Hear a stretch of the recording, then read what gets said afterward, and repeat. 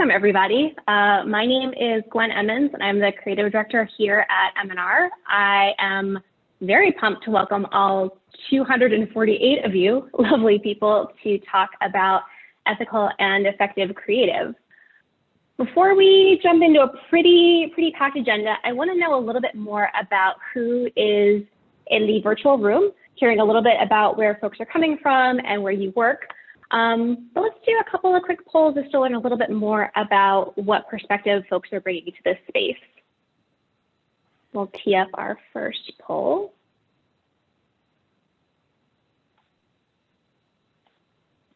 In just a second.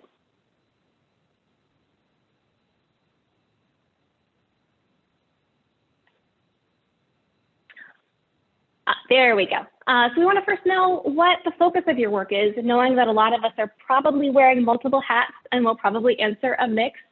And then also know how long you're doing this work, because as we're going to talk about today, power dynamics and your seniority or lack of seniority does play a role in what you're able to move or what you might be able to feel like you can move within the organization.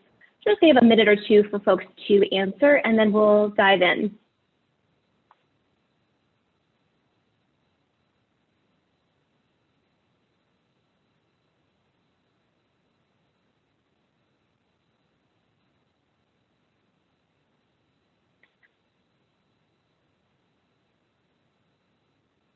All right, folks might still be typing in either responses to where they're coming from or answers to the poll, but just to set the scene for this afternoon, we're gonna start with a brief overview of a new guide to ethical and effective creative that M&R is releasing so very soon.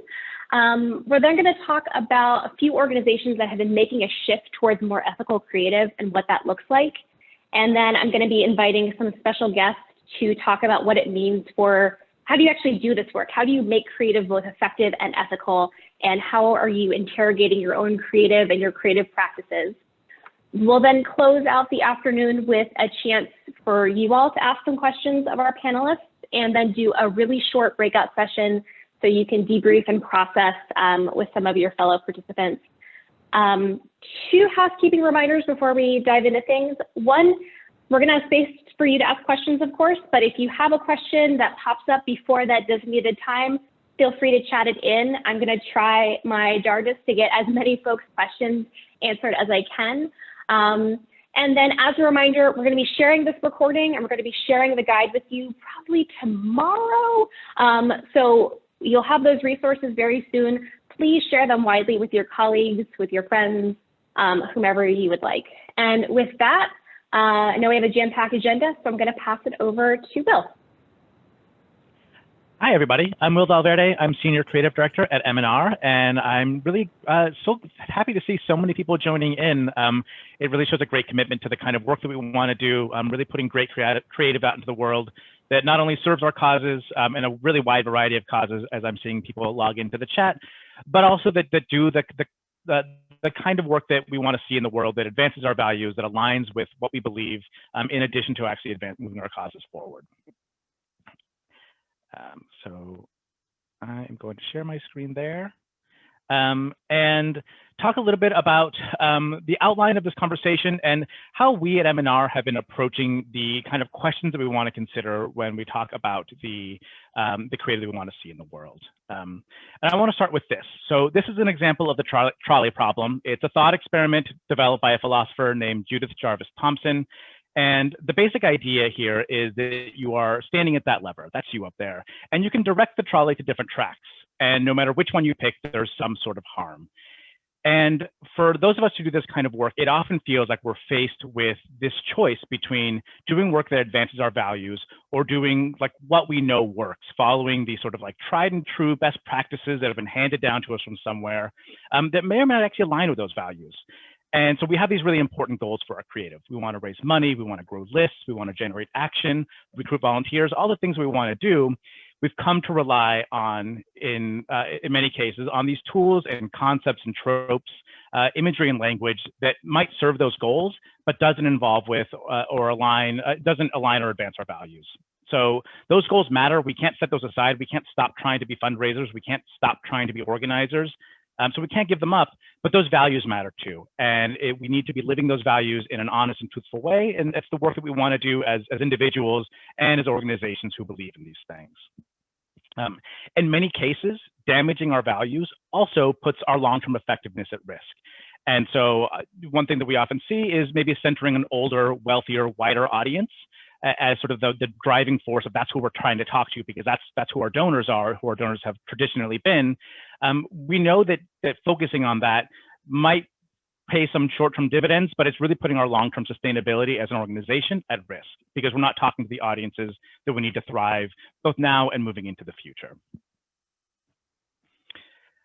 Different organizations and different individuals are going to be placing different emphasis on different values. And so there are going to be cases where maybe doing something that is super, super effective means maybe slightly undermining our values, or sometimes embracing our values fully means undermining our effectiveness to some degree. And that's going to be not a sort of a consistent set of boundaries for every organization. So an example of this might be setting a match goal and a deadline. Something that's a really common set of tools, right? They're not always 100% honest and transparent. Sometimes you've made more progress to the goal than you want to report. Sometimes you've made less. You're not updating all that information for your donors in real time. We can all agree that transparency is a good thing. It's a value that we believe in. And so maybe there's a little feeling of like that's kind of fakey fake. For some organizations, that might be okay. It might be we're not going to update our reporting in real time because we know that's going to undermine our effectiveness, and we're willing to make that slight sacrifice in our values. For an organization that is all about transparency, so you think about something like the Wikimedia Foundation, where transparency and honesty and openness is very central to who they are in the world, that might not be a trade-off they're willing to make. And so we're not trying to propose at M&R a single correct approach. That we believe that everybody has to follow their own path. We want to help sort of give tools that allow you to do that effectively. We also need to confront the fact that our movements, our organizations, the individual staff at our organizations have a history. And in many cases, that history is not what we would like it to be. We have caused harm in the past, or we currently have parts of our program, of our creative, of something that we're doing in the world that causes harm or that doesn't align with our values. Knowing that can make it feel really uncomfortable to face the challenges and the decisions we have to make right now, because it means admitting to previous or ongoing problems. It means having these really difficult internal conversations. And so there's I think, a tendency and a temptation to ignore the opportunity to make things better because it means acknowledging the sort of painful reality or the painful history. And doing that doesn't actually move us forward. And so we believe that it's really important to be able to acknowledge the reality of where we are or where we have been. In many cases, there are apologies to be made, there are amends to be made, there are changes to make in our process and the way we do things that is going to address that previous harm. But regardless of what has happened in the past, today we're making new creative, and tomorrow we're going to make more creative. And we have to make good choices about what we're putting out into the world. So refusing to confront sort of our history and our current reality is not really a viable path to making things better. We have to be willing to have these difficult conversations. And I see that everybody who is here today is willing to at least engage in that in some level. So I'm really excited to see that. The reality is also there are more than just two paths. So we're trying to simplify this with, pick between effectiveness and your values. There are way more than two paths, and there are way more than two priorities at stake here. And so it's going to take work. It's going to take trial and error. It's going to take experimentation to get to where we want to be. We also know that there are going to be disagreements. There are going to be disagreements within our organization, sometimes within a department, or sometimes leadership has a different set of priorities.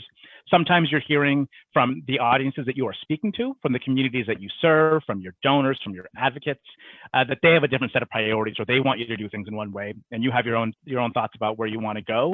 There's not going to be a single person with their hand on that lever. And so we have to be willing to have those conversations and be able to move past that. It's not enough for us to just say, I'm right, so I'm going to do it this way. We have to be able to express really clearly why we think that a certain change in practices, a certain approach to creative is going to work. We want to really ground that in something that we can agree to, that creates consensus, and that lets the people know, the various stakeholders that are going to have opinions, they're going to have priorities, that are going to want to weigh in on these changes.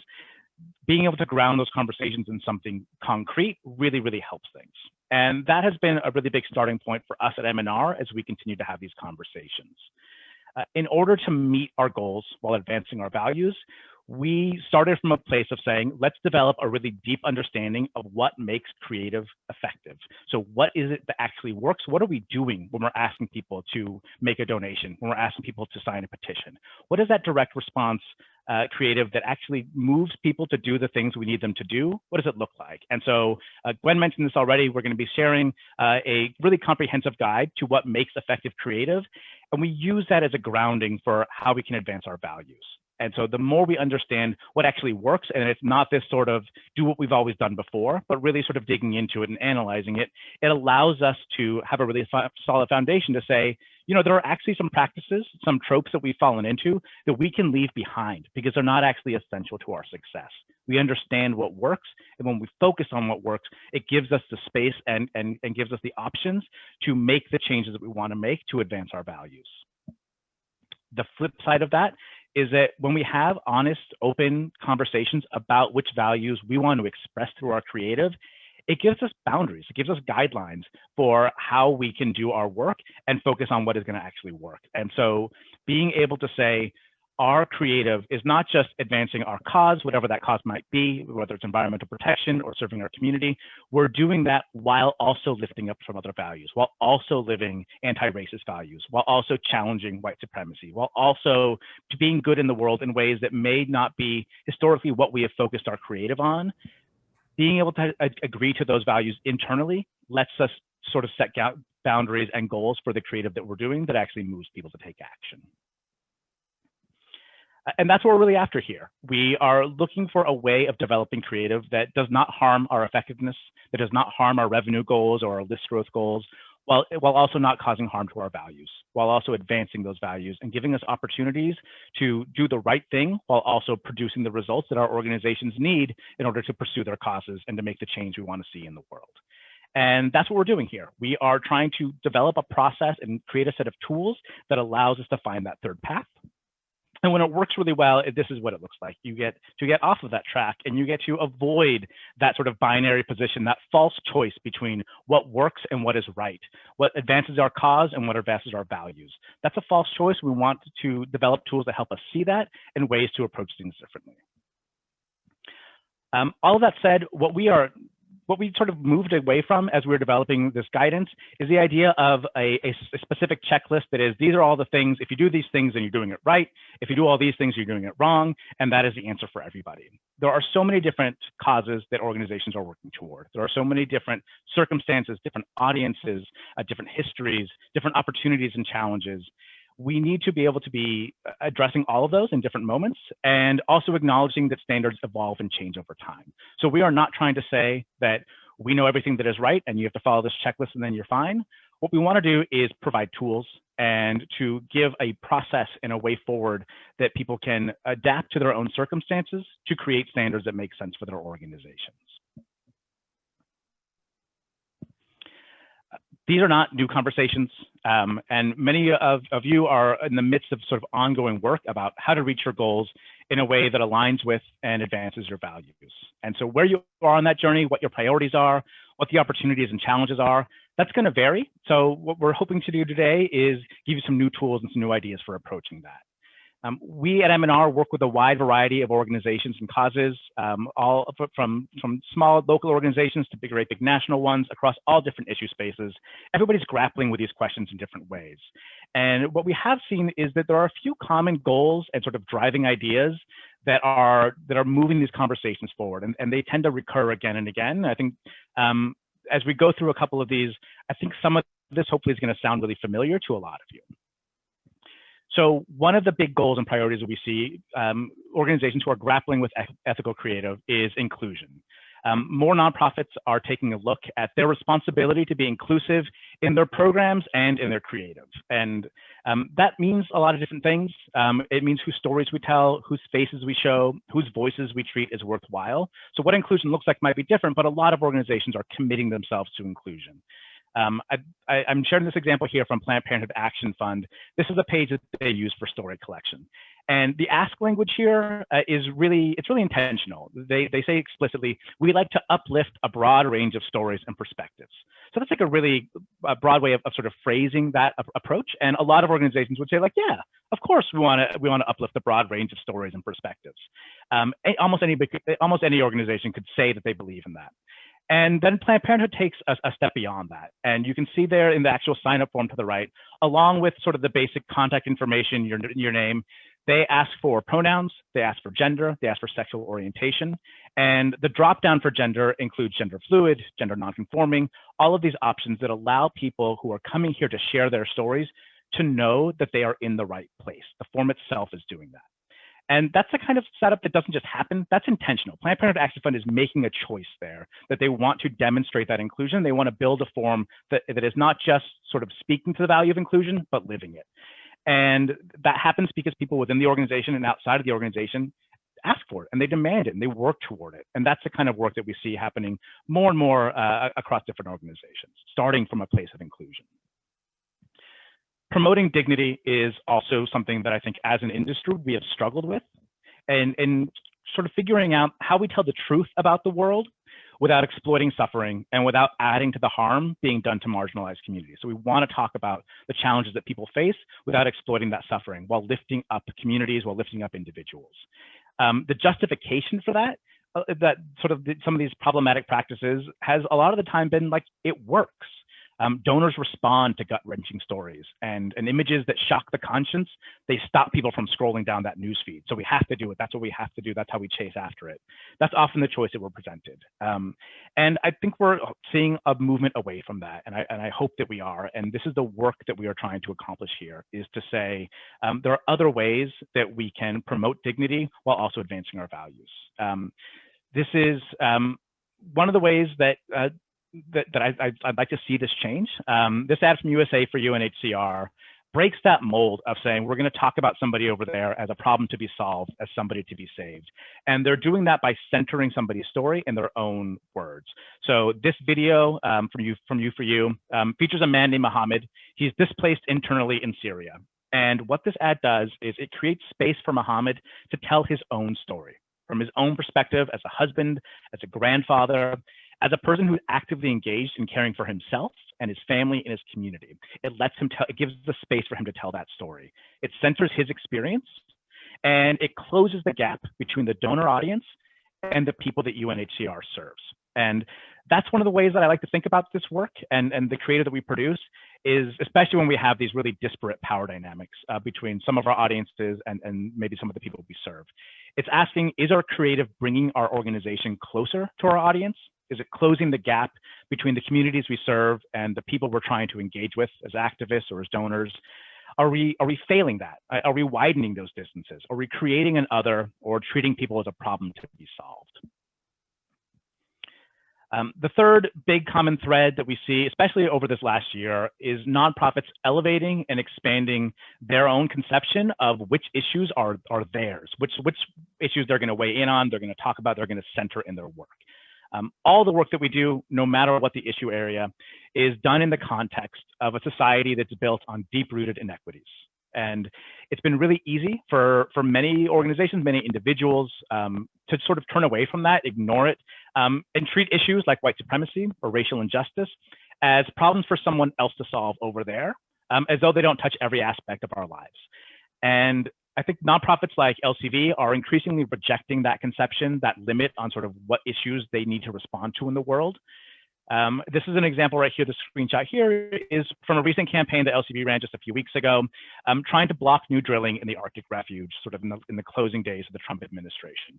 And when they ran this campaign, you can see right here, they began by centering the indigenous Gwich'in people who have been leading that fight to protect that land for generations. And so they're looking to local communities that are most impacted by environmental damage, supporting those fights, being a part of those fights. I think a few years ago, if an environmental advocacy group like LCV or another one was going to be putting out content about Arctic drilling, they might have made that story be about moose or gray wolves or pristine forests. They're talking about the wildlife there. And LCV has really intentionally decided they are going to center racial justice in their work.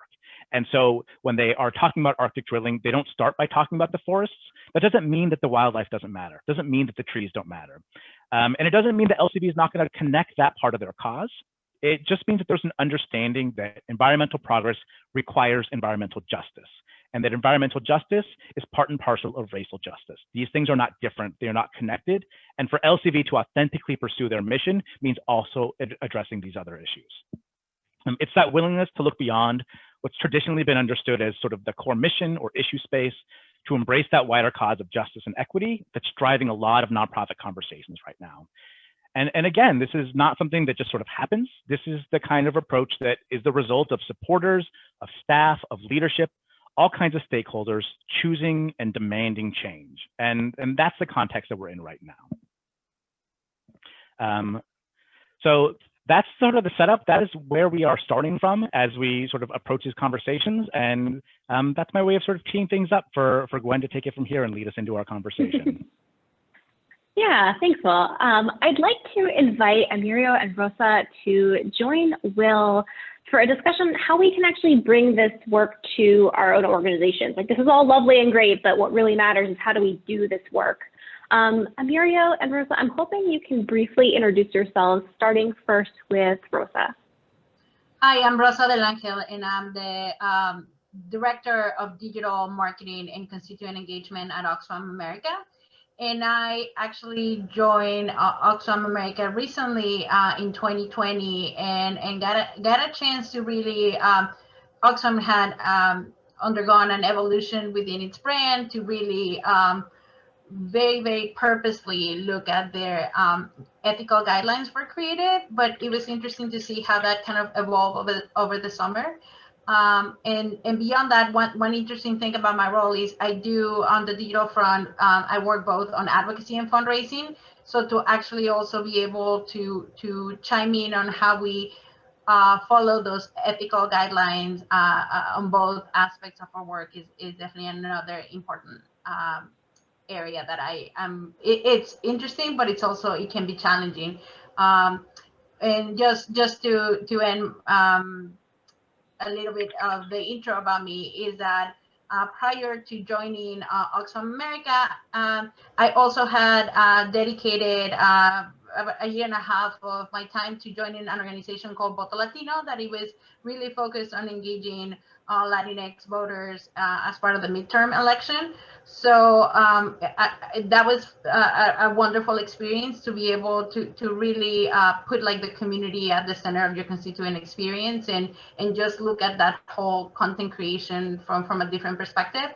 So that's something that absolutely was a wonderful learning experience and has led to a lot of growth, even at a personal level. And hi, everyone. I'm Muriel Freeman. I use he, they pronouns, and I'm the advocacy specialist for the government relations team over at Feeding America. And for those of you who aren't familiar, Feeding America we're a network of over 200 food banks and 60,000 food pantries and meal programs. And as you can imagine, we've been busier than ever, just given these truly unimaginable times with the pandemic and economic downturn. Similar to Rosa, I haven't been at Feeding America for too long. I started a little over a year ago, and a majority of my portfolio deals with building out our digital advocacy capacity.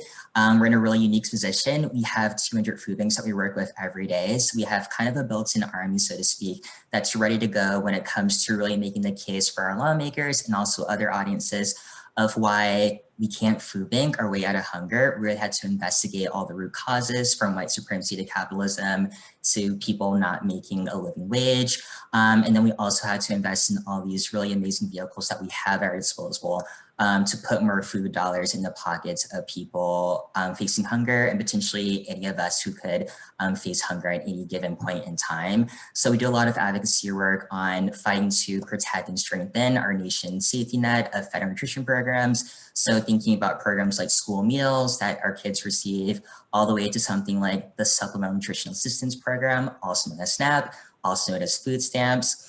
So yeah, we've been doing a lot of work to really build out our digital army to really amplify the advocacy work that we're doing. So you can find a lot of our work right now on Twitter at @hunger. And actually, prior to working at Feeding America, I used to work at another anti-hunger organization called the Food Research and Action Center, also based here in DC. And I was on their communications team. So I have spent so much time, so many years thinking through when it comes to how we tell the story of hunger, how we tell the story of insecurity, how do we do that in a way that just elevating some words that Will said really puts dignity back to people, because for so long, our space has honestly been a culprit of relying on tropes and dangerous narratives that have really dehumanized people and really have led to really awful racialized narratives around who goes hungry, about why people go to a food bank. So I'm honestly so excited to dive into this conversation with you all.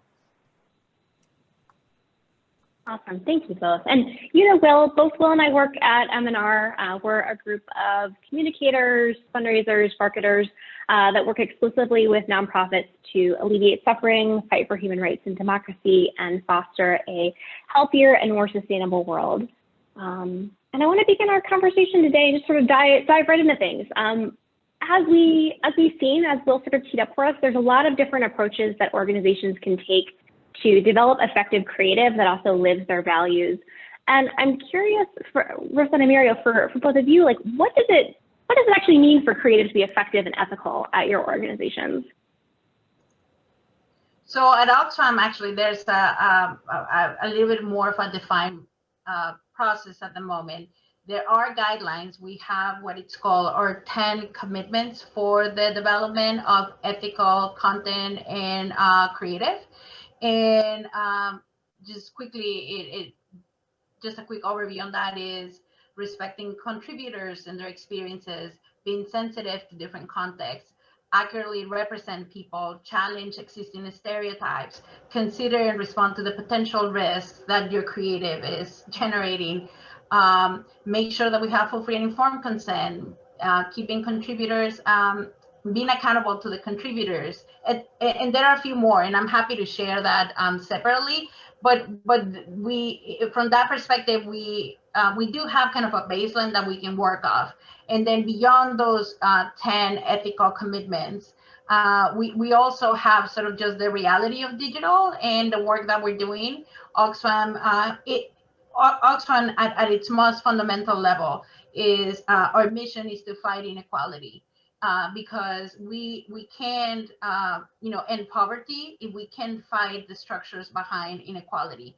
And obviously, as we have all seen this year, structures of, and in the past years, and we know this, structures of gender injustice and of racial injustice are part of this process. So we need, Oxfam is all about really tackling the root of these problems. So with that, we are forced, we must be able to make that framework part of everything that we do. So I will say that at its inception, at a mission level, we are very much driven by that mission to make sure that we look at our creative from that perspective. That being said, we also understand that there's this history, particularly on the humanitarian side, and this legacy of the way creative has been done in the sector in the past. And while I do believe that Oxfam, we have moved the needle forward in terms of the things that we are no longer willing to do in our creative, we definitely think internally that we continue to pave that way and to do better, and that this is something that doesn't end. It's a learning process. And absolutely, I want to echo everything that you guys said before. And it's a collaborative learning effort. And it's about being able to make yourself vulnerable to these conversations, and it's not a blaming game, and it's about how we do better.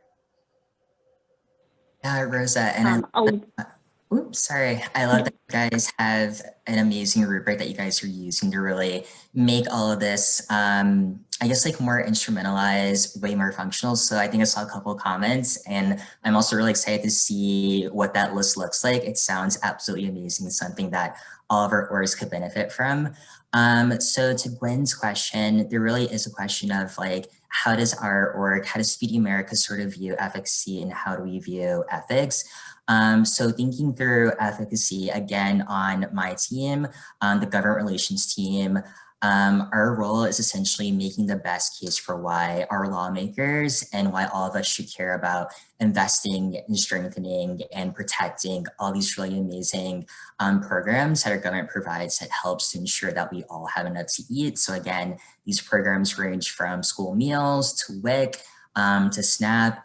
And on our day-to-day, we sort of visualize this work by thinking through, okay, if we have a spectrum 1 to 5, with 1 being someone who's very anti, I don't want to invest in SNAP and all these other programs, and 5 being, oh yeah, I'm very pro investing in SNAP, I'm very pro investing in school meals. Our job is essentially to identify those people, specifically lawmakers, who are kind of at the 2 and the 3, and figuring out the best imagery and messaging and whatever else that we can use to sort of move them to like a 4 and a 5. That's ultimately like our end goal. So when I think of advocacy, it really is about that. How do we come up with the best creative that's going to support shifting people along that scale? And then when it comes to ethics, I was so excited to see language around dignity in Will's opening presentation, because that's ultimately the biggest question that we ask ourselves as we're creating creative. Are we providing and maintaining dignity? Because again, if you think about historically the anti-hunger space, we have been some of the main culprits of putting up a picture of a really sad looking person who maybe doesn't look that well kept and slapping on like a donation ask. And over time, there's obviously been a lot of conversation about how that is completely dehumanizing, that completely erases people, communities, and makes them more so a narrative, a subject, something to feel bad for. And then also our space has honestly been a culprit when it comes to, again, relying on these really old and negative, harmful tropes and stereotypes about who enters a food bank line, about who goes hungry, to really, again, leverage that empathetic muscle to get people to be activated and to donate. So we have a lot of work to do, and we've been having some amazing strides about really divesting from that, or rethinking how we do storytelling, rethinking how we do narrative. And ultimately, we are sort of having to really rethink, what does it mean to be a charity? What does it mean to be in the charitable sector? Because honestly, if you look at the history of charities, it has created this weird, strange power dynamic where it's like, okay, there's an us versus a them, us being people who are well-resourced, who can provide money and food to other people, and them being people who are under-resourced, who are sort of cast as being the people that we should be saving and looking out for, sort of really perpetuating this white saviorism, this sense of, you know, I had to protect and build this paternalistic relationship with other people. So I think as we as a charity have really had to investigate, how do we redefine what a food bank does? How do we redefine what a charity does to really sort of divest again from that sort of charitable mindset that for too long, so many of us have been abiding by religiously?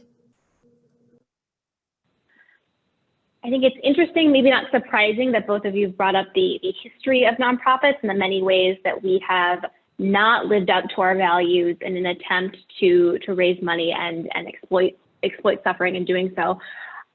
I am wondering, like, how do you monitor your creative, and how do you ensure that you're constantly reevaluating your values and making sure that your creative is actually showcasing those values?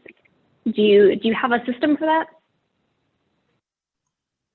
Yeah, so we have an in-house design team at Oxfam, and then we also have an in-house content team, and all the folks involved in those teams, and we collaborate with fundraising and with advocacy very closely. First of all, there's a common understanding of the values, but we know that our creative and brand is something that it's alive and evolving. But particularly those two groups, the content groups, the people gathering stories, the people creating the new narratives that we're putting forward, and the folks creating the graphics and the videos, they are the guardians to some extent of like where the brand is. And then then you have the people like me on the marketing side, bringing in sort of the reality of how agencies like M&R of understanding the effectiveness, the way you guys framed this is the effectiveness of the creative. And then on the advocacy side, understanding where do we need to do the work to move forward? So it's a constant conversation of how do we create that sauce that it's a balance of all the things. No, that sounds amazing. And so on the advocacy team here at Feeding America, we don't have a really robust rubric like Rosa, you all have at Oxfam, but I think we do generally have 3 major questions that we're always just like circulating in our heads whenever we're producing creative, when we're sort of going back and looking back at it and sort of assessing like how it's responded to and its effectiveness and efficacy. I think the first question that we always ask is, who is the best messenger for this creative? And we ask that out of a sense of efficacy because, you know, we want to make sure that the creative that we're producing is being delivered by the best people who are going to be listened to. So, you know, we're asking that question out of a sense of strategy, but we're also asking that out of a sense of ethics as well. I think when you ask that question, you're asking a question ultimately about like power and who we consider being expert, who we consider be worthy of being listened to, who do we consider worthy of like putting in front of an audience or like a lawmaker or something like that. So at Feeding America, historically on our team, we've made a ton of creative for all of our food banks because per a lot of polling, we know that our members of Congress are most responsive to food banks. They see us as being the most trusted messengers for talking about issues of hunger and issues of food insecurity. And then like below that, you have people facing hunger, people with experience, which obviously makes a ton of sense. So we've really tried our best to decenter ourselves and really think through how can we build an infrastructure that's really going to allow for people with experience, people who are currently facing hunger, to really speak up, and how can we pass the mic to them, or rather how can we pass the megaphone, because admittedly Feeding America has a lot of visibility and a huge reach and to that end. So recently we started building out a SNAP storytelling project where we through different teams, we reach out to people who we know are Googling how to apply for SNAPs, apply for food stamps, and we reach out to them and we say, hey, we'd love to compensate you if you just like interview with us about why this program is so important to you, about your vision for what the world can look like beyond hunger. So we've been doing the story collection, storytelling project, I think for like the past 2 to 3 years, and it's been really amazing just gathering these stories, gathering these narratives, and then in partnership with the people that we're gathering these narratives from, creating creative that we've been using online. So for example, I think last summer, we were doing a huge campaign around having our lawmakers invest more in SNAP benefits because obviously we're in a pandemic, and as is, SNAP benefits are highly inadequate. I highly recommend anyone do some research. We have some great resources and content on this. And also, Frag, as I mentioned, SNAP benefits are highly inadequate for just like an average family to buy what they need to have a healthy, adequate diet. So when we're doing that campaign, we created some creative using quotes from the stories that we collected, and it was really awesome just being able to center these people, center their stories in addition to our ask. And we tried to really insert stories that felt, one, aspirational. I think our team has really come to understanding that we don't want all these stories about facing hunger to be about strife. And I've had to overcome so much, but what would it look like to ask someone with experience, like, what is your vision for a world without hunger? Like, what is your vision for, you know, a world where the architecture is completely different and radicalized and rethought? So that was really exciting to sort of put forth some of those narratives. And we also did our best to really center narratives that like also lean towards joy. I remember one creative for this campaign had like a really nice story about someone who uses SNAP who's sort of like, I, you know, appreciate having SNAP benefits because I lost my job because of COVID, but now I can enjoy Sunday dinners again. And for me, that was so refreshing. And again, a way to like really maintain humanness and humanity and dignity. So yeah, that's been one question we always think about: who's the best messenger and how can we really hold ourselves accountable to really make sure we're, again, passing the mic, rethinking who else can deliver these messages. Also, we try to think through what's the current narrative that we're working with and how can we make changes. So I keep bringing up SNAP because we do a lot of work related to it. And it's been really amazing working with this administration because just within the past few days, there have been some major investments in SNAP compared to the last 4 years. And then thinking historically around SNAP. So this is a program that has been really heavily racialized. I'm sure so many of you have really heard about the welfare queen narrative. And because of that narrative being tied to SNAP and other assistance programs, we've seen a long history on both the left and the right really scraping away at our assistance programs, at our nutrition safety net. And we see a lot of people have really internalized those messages, which makes our heart a lot harder. If people think that SNAP is just for lazy POC who are going to game the system, of course, we're going to have lawmakers and everyday people who are kind of like, we shouldn't invest in this program. So it's been really awesome investing in ways to really interrogate those narratives and figuring out how can we come up with new ones. And just plugging M&R, we've been working with Gwen specifically and someone else at M&R to really host a series of focus groups where we've laid out certain examples of how we can visually represent SNAP and hunger. And we put those in front of a few network members from some of our food banks. And it's been amazing just sort of like diving into and unpacking all these narratives around like hunger and SNAP and seeing how we can navigate them. We also been facilitating just focus groups on how people connect race and hunger. And again, a lot of these narratives have come up, like no matter what racial group you belong to, there is this overwhelming sense of SNAP is a bad thing. So again, it's been really awesome just like diving into, again, what's the narrative that we're inheriting and how can we listen, learn, invest to really shape that narrative and reroute it so that we ultimately get to a place where we are protecting this really amazing program that impacts so many people day to day. I think it's one thing that I love that you say, Amirio, is just acknowledge that, 2020 was just a different year and that our work, like it sounds like Feeding America's work was a little different based on that reality. And for Oxfam, similarly, if we look at COVID and how it has exacerbated the disparities among communities, and at the same time also highlighting the need for a lot more work on racial justice. It's been also a lot of the creative is not just about the creative, it's about the changes as well that we make behind the scenes to get at the creative.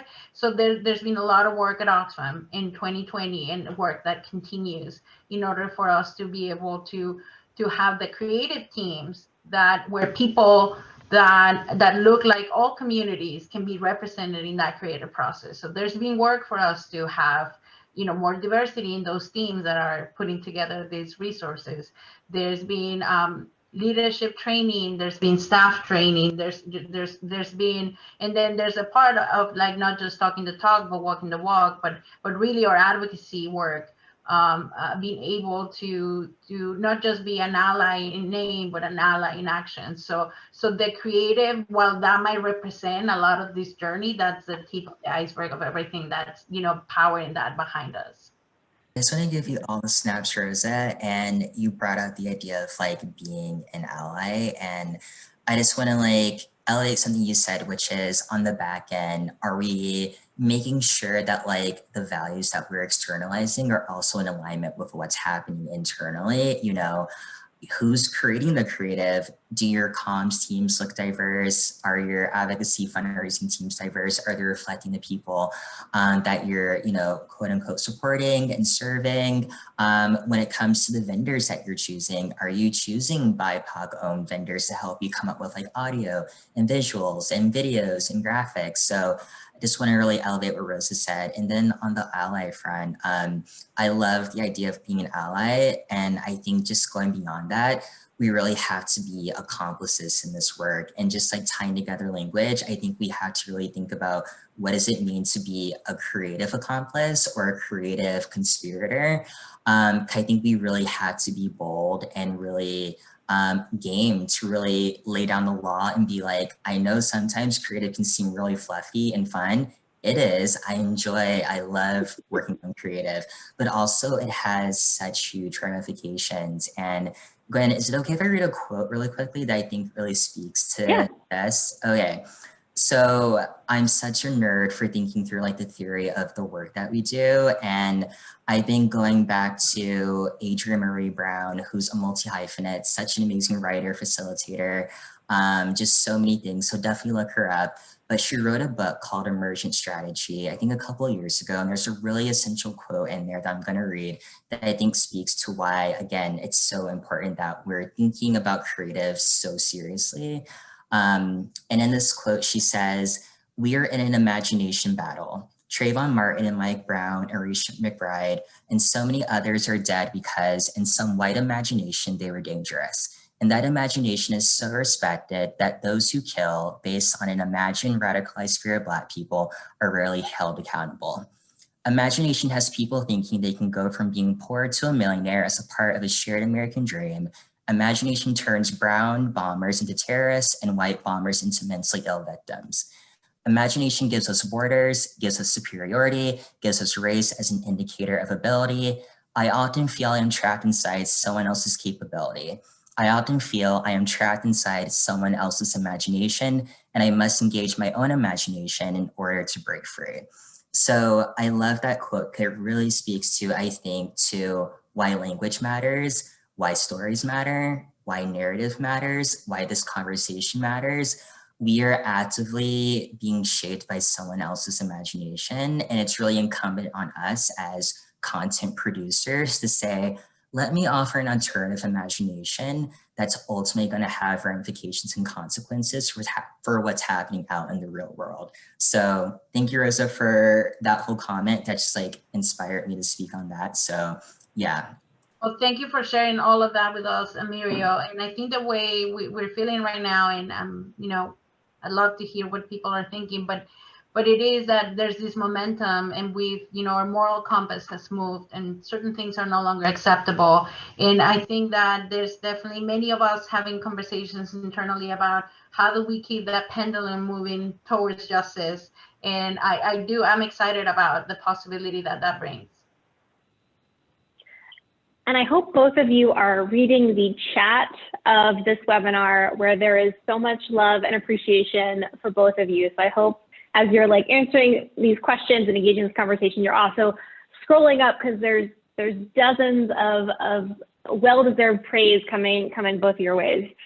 I want to piggyback off of something that you said, Amir, about being an accomplice. And I think for all three of you, I'm curious about the sort of hard part of doing this work, which is that, as Will said earlier, we are not the only deciders in this work. There are stakeholders and there are approval processes, sometimes many, many layers of approval processes that we have to vet creative from.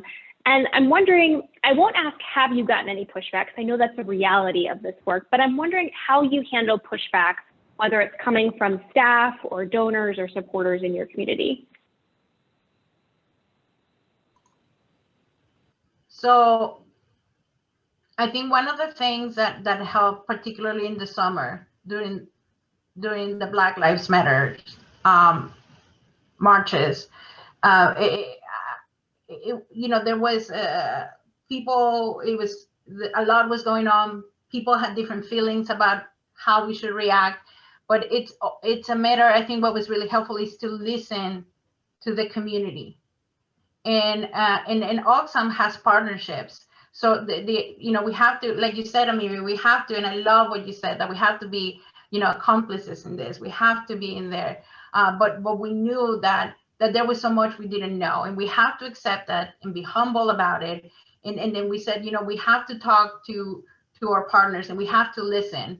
And before we want to do the pretty things that we might want to do, we need to really understand and listen. So that was extremely helpful. I thought also the idea that we had different perspectives represented internally, that helped tremendously, because while for some folks their concerns were around, yes, justice, but they were maybe more removed from it. For some others, our concerns were more personal. So I think that helped really arrived at a tone, and it wasn't easy. I think particularly in the digital front, the tone in the creative that we put forward didn't necessarily make everybody comfortable, and we knew that there was going to be risk in moving into a certain direction. But it was in working with our leadership, we had to make, like, I go back to what Will was presenting at the beginning. We had to meet the moment and stand on the right side of justice. So we just made decisions, and it was fascinating that the engagement we got from our constituents on the digital front. It was yes, did we get some negative feedback, but the positive feedback by far outweighed the negative feedback. And then in terms, another difficult moment is in the video and advertising program, and M&R has done a wonderful, they've been a wonderful partner in this. And I think one of the issues, particularly with images, is we have made moral commitments on our creative, and we have to stick by them, even if Facebook decides that they really love the images of children.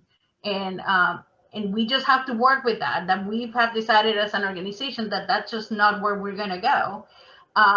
So what we try to do is get creative about it and try to figure out then what can we do. So for example, video has been a way for us to try to tell, like, to give context to those stories so that we can come from a better place of understanding and empowering of the communities we're serving. I think, yeah, that's also great. I think in terms of the pushback that we see, I think what I have seen less of is pushback and more inertia, more of just like, well, that's a problem for later, or that's for somebody else to solve. And I think some of the solutions to that, one is actually just taking responsibility as individuals. Everybody who showed up to this call is involved in some way in creative. And maybe you can't do everything, you're not the sole decider, but you can push perspectives, you can explain your reasoning, you can say, this is actually something that's worth advocating for. Building a diverse team, which Amirio already mentioned, I think is a big part of this as well. The inertia that exists, which is this is how we've always done it, is so much, I think, of the problem in a lot of places. I don't see as much actively like, oh no, we really need to exploit suffering. That's not what's happening. What we see is people were trained in a certain way, people have a certain experience or a certain perspective, and when that goes unchallenged for a year or a decade or a generation, we end up in this place where we can look back and say, oh, our issue space has really created a lot of the problems that we are claiming that we're going to solve. And so actually just taking responsibility for that and holding each other accountable, holding ourselves accountable, I think that's necessary and essential to overcoming that inertia. Because I don't think most of it is malice in most cases. Some of it is, but mostly not. It could also be that people, like, it's been done like that for a long time, and folks may not even realize. Exactly. So I think it is, like you said, it is incumbent upon us to educate ourselves as professionals in this sector. Yeah, and it's like piggybacking off something Rosa said just about listening. I think that's so vital when it comes to Gwen, your question. And I know for me, I know for a lot of people, community management is just like a huge pain in the ass. You're kind of like, I do not want to dive into a potential cesspool of like comments and people, leaving unsavory content below any content that I put on social media.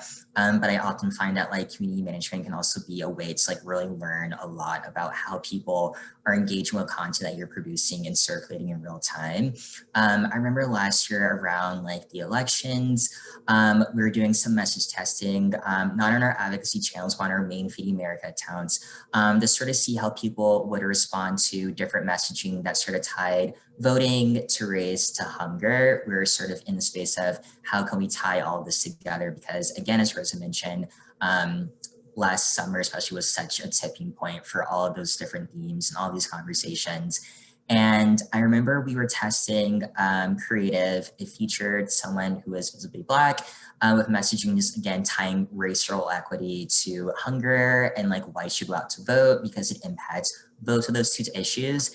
And I remember doing some community management and received a DM. I think we were testing everything on Facebook, and a Black woman was in our inbox sort of like, I get what you're saying, hunger impacts all people, but as an African-American person, I feel some kind of way about hunger being represented by the face of a Black child. And she gave us like really amazing resources to look into. And it was really illuminating because as another Black person, for me, I was kind of like, oh, I thought we were doing the work of representation, of making sure that we say hunger impacts all of us, no matter what you look like. But it was really illuminating to sort of see like, oh, I completely get it. I think for a lot of us, like when we think of who goes hungry, who experiences not having enough food on the table, we automatically think of like a person of color, and the idea of hunger still has a lot of really nasty racial narratives and tropes associated with it. So that was a huge moment of learning for us. And from there, we were sort of like, okay, let's not have one image. What does it look like to have this message, but like with multiple images? Or could we not even have photos, but just have like really nice, like graphical icons or something to still convey the idea of people being impacted by hunger? So that was like a really nice moment of sort of being like, oh, like if we listen, we can get some really great feedback. But yeah, just like internally, I think it's also really important to have like internal allies that you can sort of do this work with in terms of like fighting back against inertia, fighting back against historical ways of doing creative. Feeding America is such a huge organization. Like I'm only one of several teams who are putting out content and creative. And sometimes I'll kind of look at our, other teams and be like, huh, that's interesting. Have you considered this? And as like a junior staffer, sometimes I feel like I don't really have the power to sort of speak up and go to this person and say like, hey, you might want to consider this like output that's going to be public facing. So it's been really critical for me to sort of form relationships across seniority, across teams, so that when moments arise where you see something kind of funky happening on the creative end, you do have that point person who can help you in a really collaborative way, sort of make those changes and make those shifts. And I think Rosa mentioned this, that all this work is collective, it's collaborative. So I think that's like one way that I sort of combated that, building like an underground internal ecosystem, people who are dedicated to these values and this work, and then just like recruiting more people so that eventually, hopefully the entire organization at Feeding America will be on the same page. Amazing. Thank you. Thank you, all three of you. A couple of you have already thrown in some questions in the chat, and I do want to sort of open this up for a larger discussion. So if you've been mulling something in your head, now is the time. Simply chat in your question, and I'm going to try to get through as many of these as I can. I'd like to start the question from Fern. We said, these stories and narratives are really complex. How do you create urgency when you have such limited attention from people receiving our appeals? And if I can add into it, I think this is probably true of ads, advocacy alerts, not just fundraising appeals.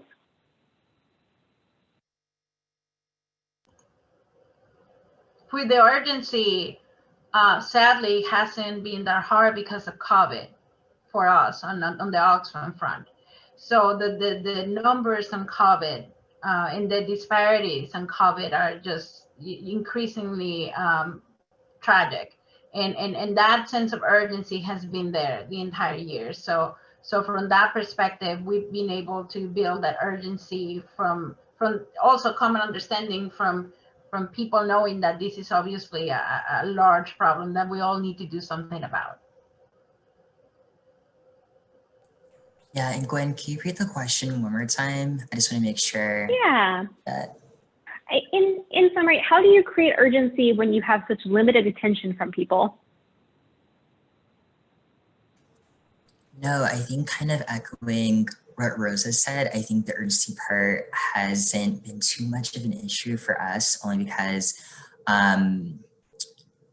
hunger has been such a visible issue as of late. I think when we're going to look back decades from now and think about some more of these iconic images coming out of this era, we're honestly going to look at like those images of like literally miles and miles and miles of cars showing at the food bank. So I think because of that, and I think because of that increased visibility, we really haven't had to really think about how do we create more urgency? How do we capture people's attention?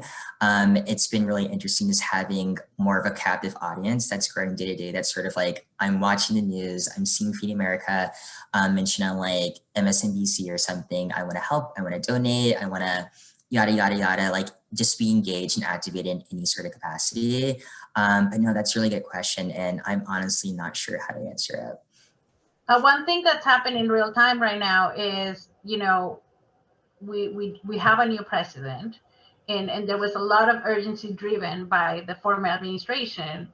But while yes, we have a new president, we also have bigger problems that we've had before. Again, going back to, you know, and I know that these you know really impacts organizations like Feeding America and Oxfam at the global level. But we have big problems to solve. So the urgency for us, regardless of who's at the White House, the problems are larger, even if we think that we could maybe have more of a chance to also influence policy. To me, that actually generates even more urgency on the advocacy side. Whereas before, we had to just do everything we could on the programmatic side by actually you know, making sure that we're having interventions of delivering like food kits or like, you know, hygiene kits. Now we actually might have a chance to influence policy, but that, you know, it actually increases the urgency in terms of the work that we want to accomplish and the big problems we have to tackle. This is something that we get into. Sorry, Amirio, go ahead, Amirio. Oh no, I was just going to respond and ask Rosa. I'm interested, how does Oxfam sort of consider fatigue as well? I think these moments of like wanting to create more urgency, I think we're also battling just fatigue. I know like personally, I used to be that person who was like answering all my advocacy emails, just like, yes, I want to be involved, I want to do everything. But I think especially after last spring, I've just been kind of like, I do not have time to like answer every action or email. I'm just like tired personally. I think we're all just like in a perpetual state of being tired. So I'm interested in like learning more from you. How has Oxfam sort of like balanced that act of like being urgent while also considering that like we're all just really tired and we're all really fatigued?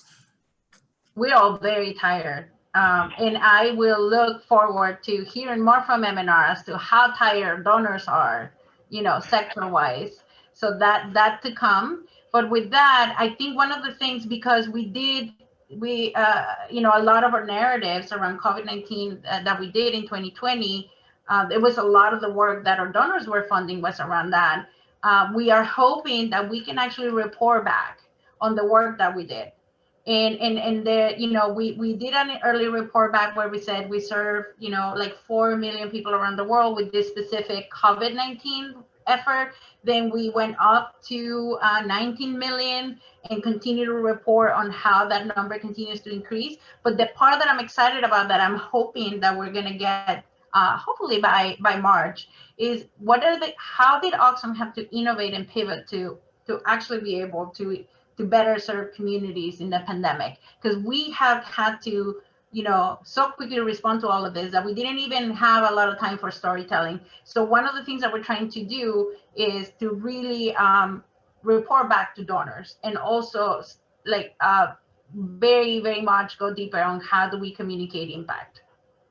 And that's something that we just have to prioritize, because we cannot just go without telling donors what we did, but also telling them what's next. And then we also are in a point where the administration and the public are moving on to other topics. So while we were a little bit quiet on climate, you know, during the election, that's about to change. We have, you know, a vision for climate, and we're just going to have to start thinking about how we go back to certain narratives where we just didn't think we were, you know, we were limited in what we could achieve, where now there's a lot. So I'm hoping that our donors will be as excited as we are about the opportunities that are out there. But I do think that there's a part of, like, there's a little, from my perspective at a donor level, there's a little bit of a question mark, because I do think that people are very, very tired. And well, I'm curious from I know we've talked a lot internally about how do you create urgency to begin with, much less creating urgency that is ethical. What do you think? So this is something that I'm going to keep on plugging our creative guide, which goes into this at some length. Urgency is really important. It's essential. It's one of the things that makes people respond to creative. And I think that Rosa and Amirio are both sort of getting at some of the same ideas, which is that what urgency is really about, it's about time. It's about this moment and picking which moment you're talking about. And I think oftentimes as a shorthand for that, we're like, oh, well, something disastrous is about to happen. Like that's what an emergency is, right? That's when you have urgency, is when you're like something is on fire. And that can be part of it, but what's urgent there is the moment. If you think about a countdown clock happening, so this is like literally just something that we can put into our creative. You can put a countdown clock, we've got a deadline, that generates urgency in like a artificial way, but it can work. But what that is representing is a time. And a countdown can be counting down to a bomb exploding, can be a countdown you're like used to seeing in movies or whatever, right? Like that ticking clock.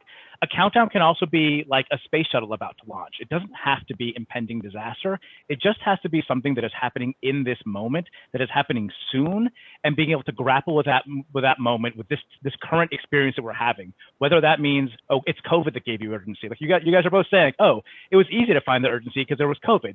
But even when we are past this pandemic, when everybody's been vaccinated and we're back to whatever ends up being normal at that point, there will be something new. There will be a new moment that people are living through.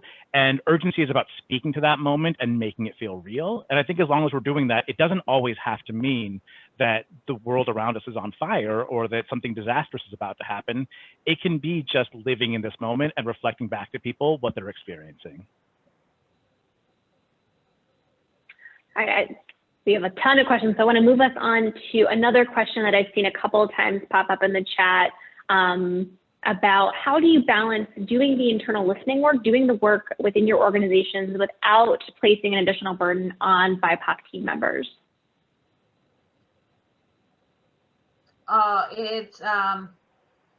We have an internal group at Oxfam it's called the Racial Justice Group, and they're working in collaboration with other members at Oxfam, with the executive team, with HR, and they're working with consultants, because it's just not realistic that we can move the organization forward, that people of color can move the organization forward. That's not, it's not their job. We need to have the resources that are aligned to do that. So we have that piece in place. That group is also working to inform like our advocacy and our policy. And when it's happening right now, as we're looking at our policy agenda for 2021 and the new administration, that group, that not just racial justice, but gender justice are part of policy planning at its inception. And we also have a gender justice group. And then for those groups to work together on an intersectional vision of what our policy agenda needs to be is actually what we are in the weeds of at the moment. No, I absolutely love that question. And I think I remember like last summer, I had so many friends who identify as white who were just like texting me, DMing like, oh my gosh, like what are resources? Like what I should listen to? And honestly, I feel like my answer to this is always the same. I'm just like, just do your research. That's honestly my answer, do your research. There's such a huge archive of white folks and BIPOC folks who speak constantly, who have spoken to issues of racial equity, intersectionality, everything under the sun. So yeah, find resources that really speak to whatever it is that you're attempting to like learn more about. Because again, putting that burden on BIPOC people at your organization, especially without compensation, is just like a huge form of violence, at least in my opinion. And like a resource that I absolutely love is like a starting point for just like getting your mind in sort of this mindset of like, okay, how can I be more anti-racist within my creative work? I love anti-racism. I think it's called Anti-Racism Daily. It's a newsletter. They have absolutely phenomenal breakdowns that really do get you in a place of like, ooh, okay, how can I consume all of these like themes and topics in a way that's related to my work. And then also related to thinking specifically more about creative, there's so many great groups that think about this exact conversation. How can I do this work ethically? I'm thinking of like RADCOMs, Radical Communications, an amazing group started by an amazing group of 3, I'm pretty sure, when identifying women of color. So also an amazing resource for thinking through these questions through this specific lens. But yeah, always do your research. There's always something out there.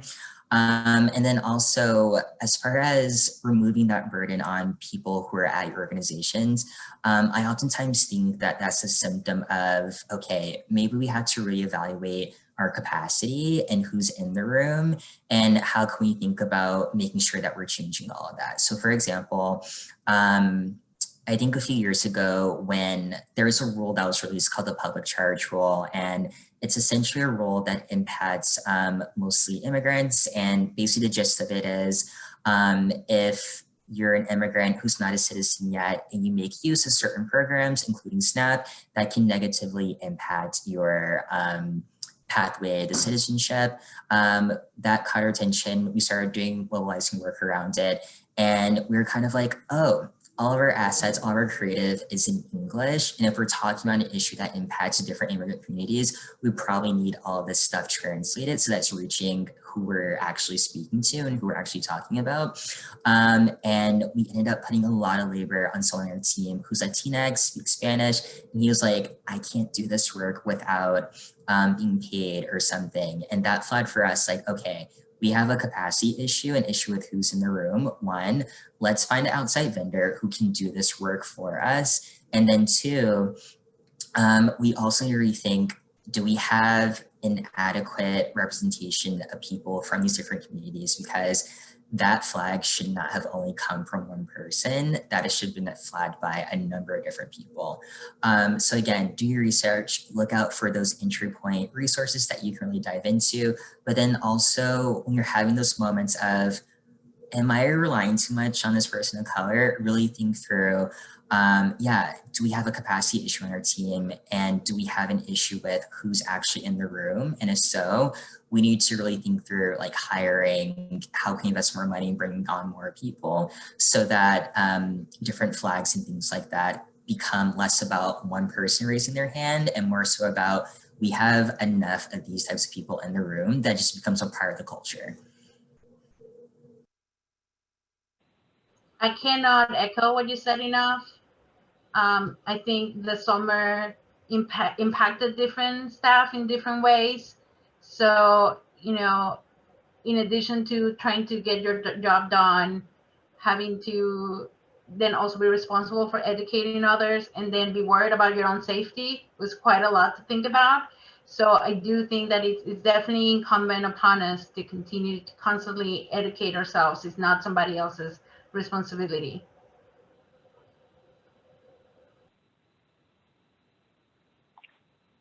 Plus 700 to that. Thanks, Amirio. I want to end with one last question that I think has popped up a couple of times around storytellers. So we talked a little bit about staff and internal resources. There's also a lot of interest in the relationships that you all are building with external storytellers, and just wondering how you make sure that's not a transactional relationship. And Amirio, there's also a lot of questions about how you handle, compensating and working with storytellers at Feeding America, if you're open to sharing that.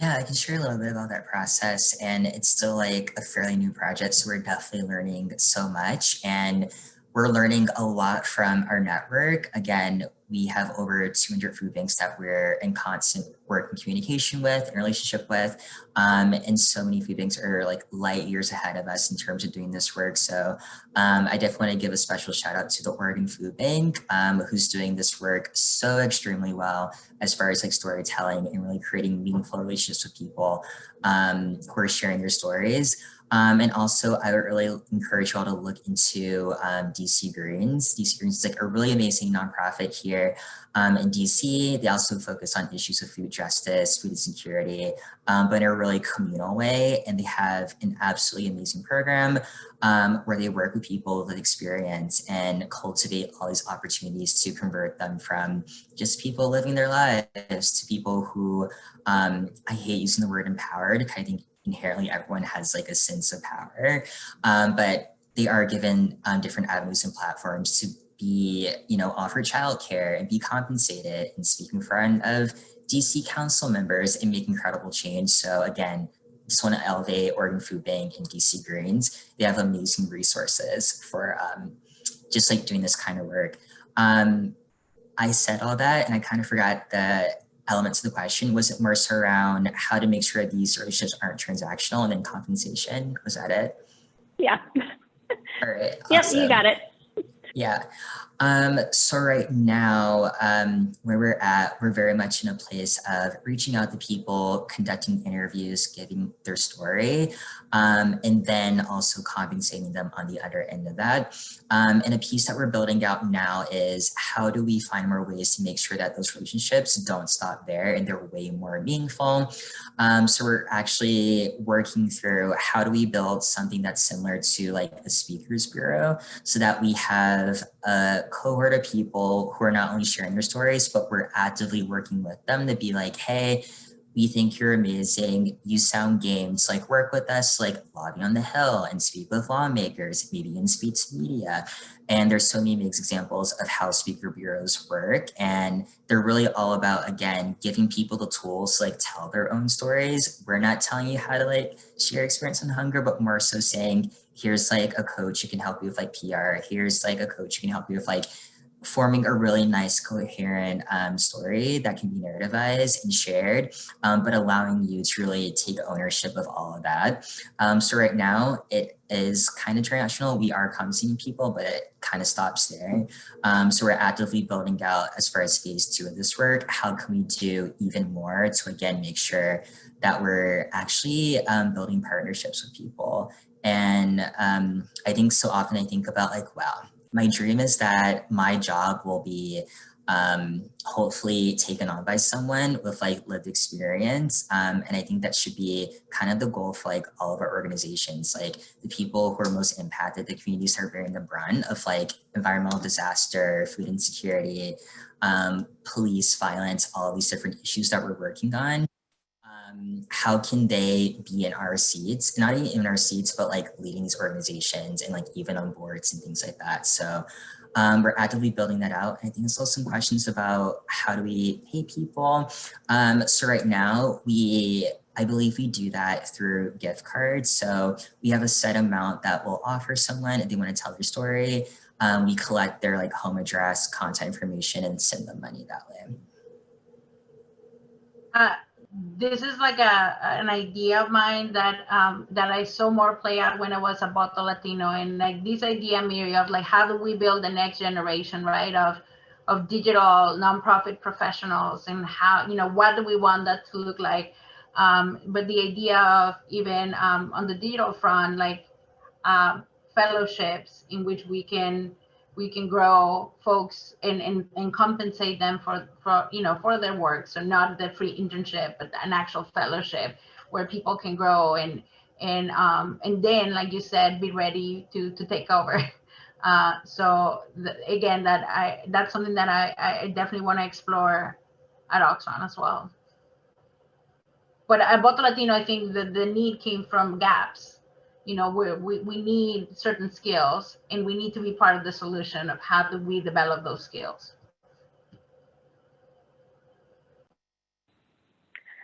I think it's fitting that both of you sort of touched at the end on work that is still in progress, or ways, future plans, ways that you're pushing yourself to keep doing this work and keep challenging yourself and your respective organizations, which I think is a really good place to end on.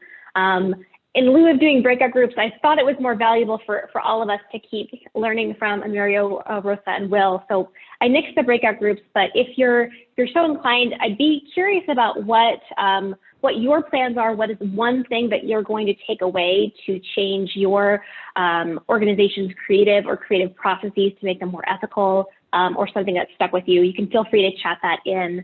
But thank you all, and thank you especially to our panelists for your time, your questions, your enthusiasm. I know 90 minutes is hard to find on anyone's calendar, but I also feel like we could have spent a good 6 more hours talking about this and not run out of stuff to talk about. So I think that's thanks to our panelists. Just to close out things, we're going to email you the slides, the link to this recording, and the link to the guide itself, along with some of the quotes and resources that were surfaced from our conversation today. And we're also going to email you in about 3 months or so to check in, see how this work is going, see what's cropped up for you since we last spoke. Yeah, keep an eye out for future conversations, and please let us know if there's anything else that you're thinking about or chewing on as you begin to dive into this work. And I hope everybody has a great evening or afternoon, depending on what side of the coast you are. Thank you all so much. I just want to say, if you guys have like any questions, like definitely feel free to email me at afreeman, A-F-R-E-M-E-N at feedingamerica.org. I would love to take any one-on-one questions. So, but again, thank you so much, Aminar. Thank you, Gwen. This is such a pleasure. Thank you, Rosa. Learned so much from you. So just thank you for your generosity of wisdom. Likewise, Amirio, it was an honor, and I really appreciate you, Aminar, for putting this discussion together, and excited to see what comes out of it. And likewise, if anybody has questions, let us know. Thanks you both. I learned so much from this conversation, and it's always nice when you're on the panel, you get to learn a bunch of stuff. That's perfect. And we'll share Amirio and Rosa's email addresses as well in our follow-up email, just so you have them.